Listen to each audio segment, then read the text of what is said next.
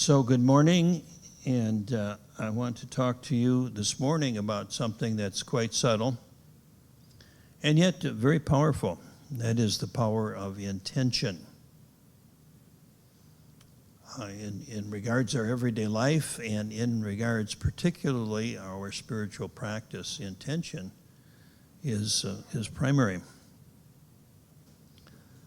So first of all, it's important to distinguish between intention and goal setting, because the Western mind is habituated towards setting goals. The mind will image something that it wants. It imagines that that experience feels thus and so. You know, when I get that perfect whatever, or when I do it right, or whatever it is. We have this mental image, which is always an illusion, of course, mental image of some type of perfection that we're striving for. Sometimes in big ways, sometimes in little ways. And it's so easy to bring that to our meditation practice. We have an image of what the perfect meditator is supposed to look like, and then we try to get there. So an intention or a goal is always focused on the future. A goal is something we want to attain. It's always out there. We're always moving toward it. And it always seems to move away from us, kind of like a mirage in the desert, right? The goal line keeps moving. Kind of like the Chiefs playing a game where the field stretches, you know, and you can never quite make a touchdown. That's the way the mind works. So we can get frustrated. We can get uptight about our practice and about things. Always trying to get there. Whereas setting an intention is not about getting anywhere. Setting an intention is practicing in each moment. An intention is something we're either doing in this moment or we're not doing it in this moment. We're not trying to get anywhere. We're either doing it or we're not. So just some examples in spiritual practice.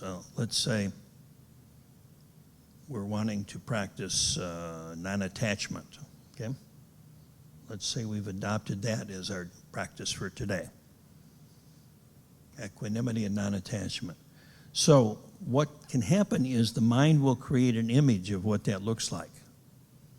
And we imagine some golden Buddha, or we imagine Victor sitting up here in complete serenity and samadhi. And we say, I want to be like that. So the mind grabs a hold of some image. And we try hard to be non-attached. We become very attached to being non-attached, right? So there's this efforting and this, you know, and every time we become attached to something, we feel like we failed and I'll never get there. Okay? And you won't. Because once again, it's like a mirage in the desert. It's always going to be out in front of you. So with an intention, we simply say, in this moment, am I practicing non-attachment or am I not? In this moment, am I grasping or resisting? Or am I open and accepting? If I'm grasping and resisting, then I see if I can relax into non-grasping. Just take a deep breath and relax. Let go. And if I can't do that, then I simply notice I can't let go. And don't make a story out of it. I'm either on intention or I'm not on intention in each moment. And if I'm not on intention, I try to come to it gently, quickly. And if I am, then I continue the practice. I continue the practice of non-attachment. So it's a little bit like intention is like a compass needle. You know, if I set my intention to walk north, then I'm either walking north or I'm not. So I'll take a few steps and look at the compass needle, and if I'm not walking north, then I'll adjust my steps. That's all there is to it, you see. So intention is something we live, not something we attain or accomplish. So also with watching the breath, for example, that's one we do most every Sunday. So let's say we have a particular practice for 15 minutes, and the intention is to be with the breath. Now, it's not a goal of saying I'm always going to be with the breath for 15 minutes, because after 15 seconds, the attention's off the breath. And then, you know, it's so easy to say, oh, damn, I flunked. Forget it. You know, I'll go watch a movie or something. No, it's simply about, okay, is my awareness on the breath or is it not? That's all there is to it.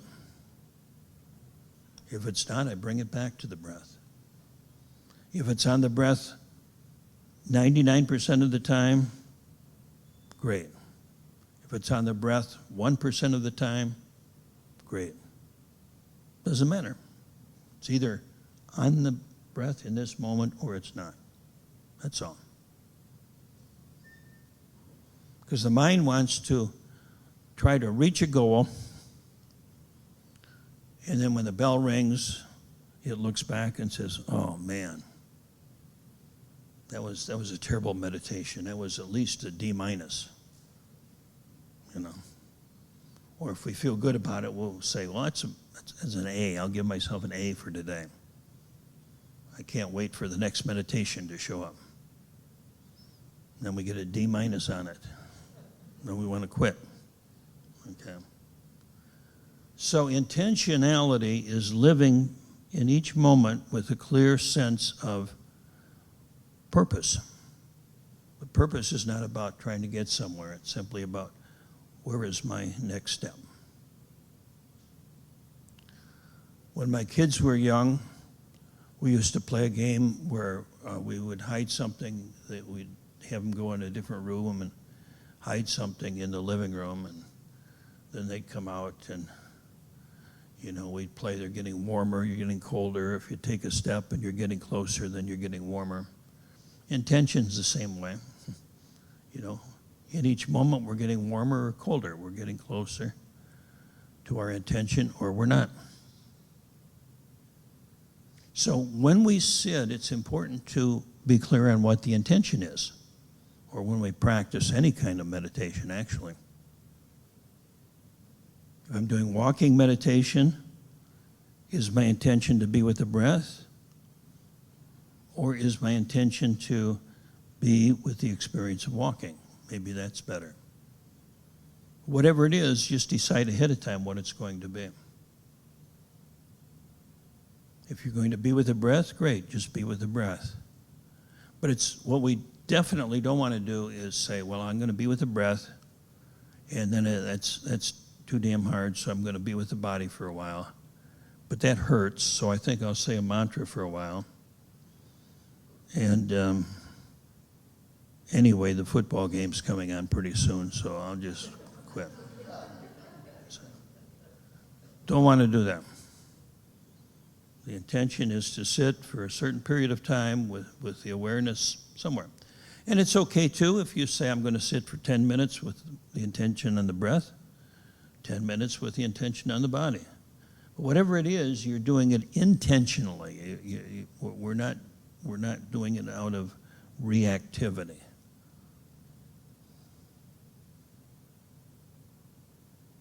With intention, there's nothing to get to. There's a wonderful cartoon I saw many years ago in the New Yorker magazine.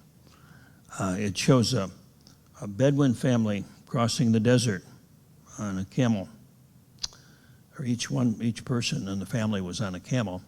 The father and the mother up front and the kids behind on increasingly little camels. And in the picture, the cartoon, the father's turning around, yelling. He's saying, will you stop asking if we're there yet? We're nomads, for God's sakes, you know?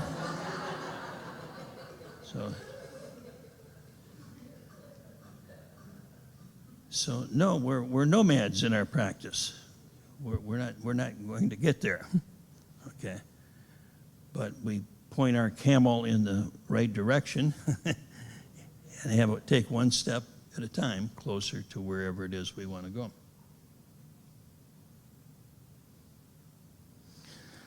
And there's various forms of meditation too. There's the samadhi meditation, where the intention is to go deeper into the present moment and to go deep into deep states of concentration.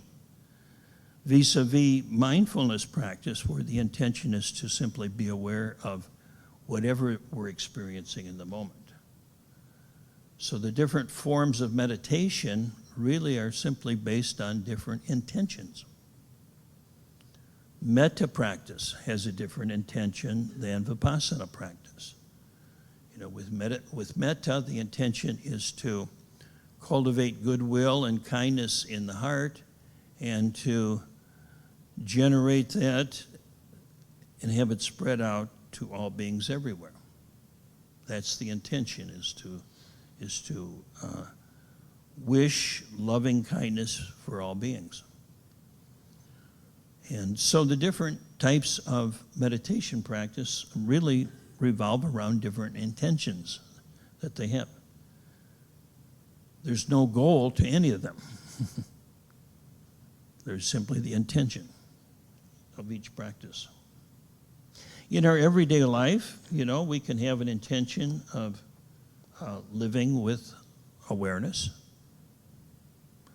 The intention is to be present to whatever your experience is in the moment. That's one intention. Another intention is to practice generosity, to, in each moment, experience generosity as best you can in whatever way that looks, or loving kindness, or whatever it is. So it can be very helpful to set an intention for the day.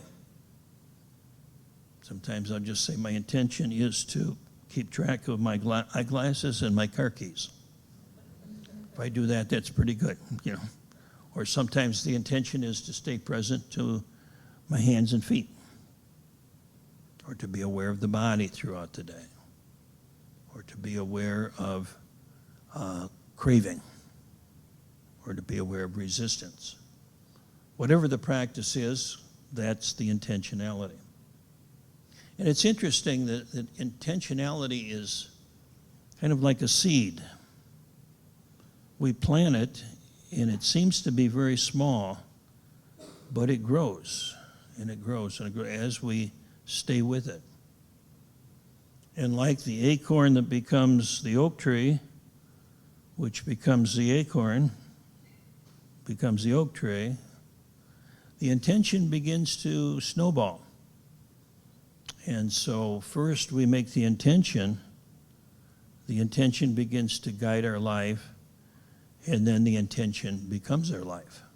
You see. So whatever your practice is, let it become a way of life for you. And it will, if we stay with it, whatever it might be. And so anyway, that's the practice of intention. And like I say, you can think of it as every time you set an intention and do a practice, either sitting or in everyday life, just see it as putting a seed in the ground. And with every time you meet that intention, it's like watering or fertilizing or bringing sunlight to that seed. So that intention becomes who you are.